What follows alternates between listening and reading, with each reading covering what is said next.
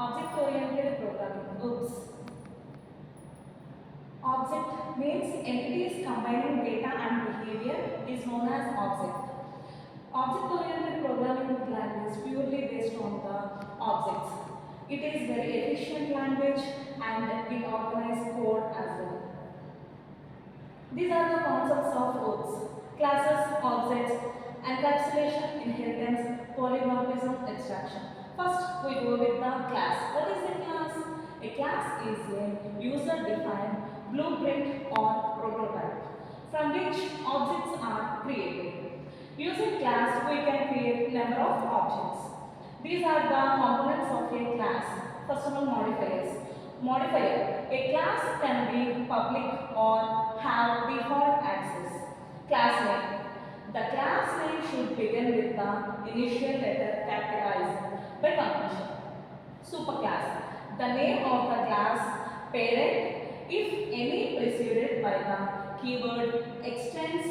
A class can only extend one parent class. Interface.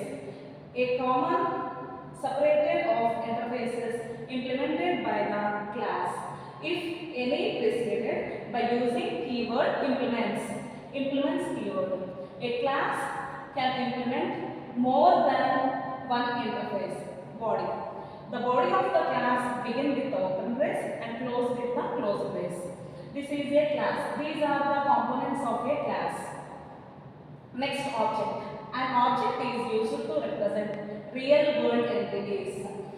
An object mainly consists of state, behavior, identity. What is state? It represents attributes of an object, and behavior represents methods of an object. Identity. It is a unique value given by the object. Method. A method is a collection of statements that is used to perform some specific task and it returns a value.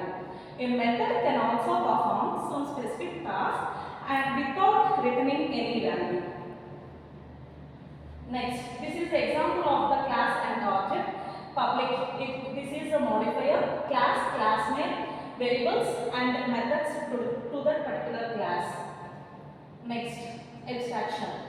Data abstraction is a property which is used to implement, only the essential details are displayed to the user. Next example for the abstraction is car. A car is viewed as a car rather than its individual components. Consider a real life example of a man driving a car. The man only knows the pressing of accelerator. Accelerator increases the speed of the car and applying the brakes. Brakes are used to stop the car. This is the person only knows the implementation of the class. It hides the unnecessary details of the car. This is abstraction. Simply abstraction means hide unnecessary details from the user.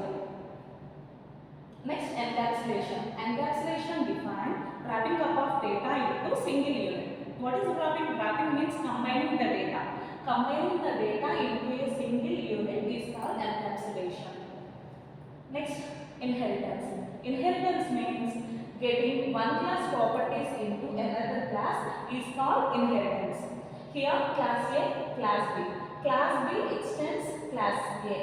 Means class B inherits properties of class A.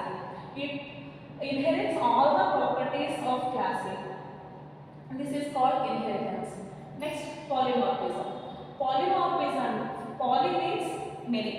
Morphism means forms. More than one form has the same name. It is called polymorphism.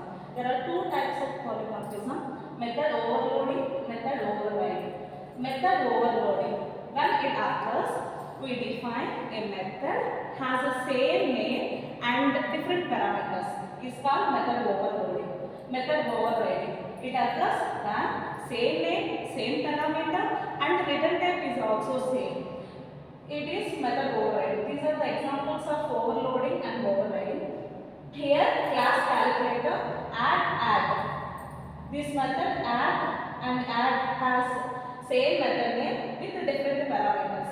And the animal class sound, same method. characters. This is the polymorphism.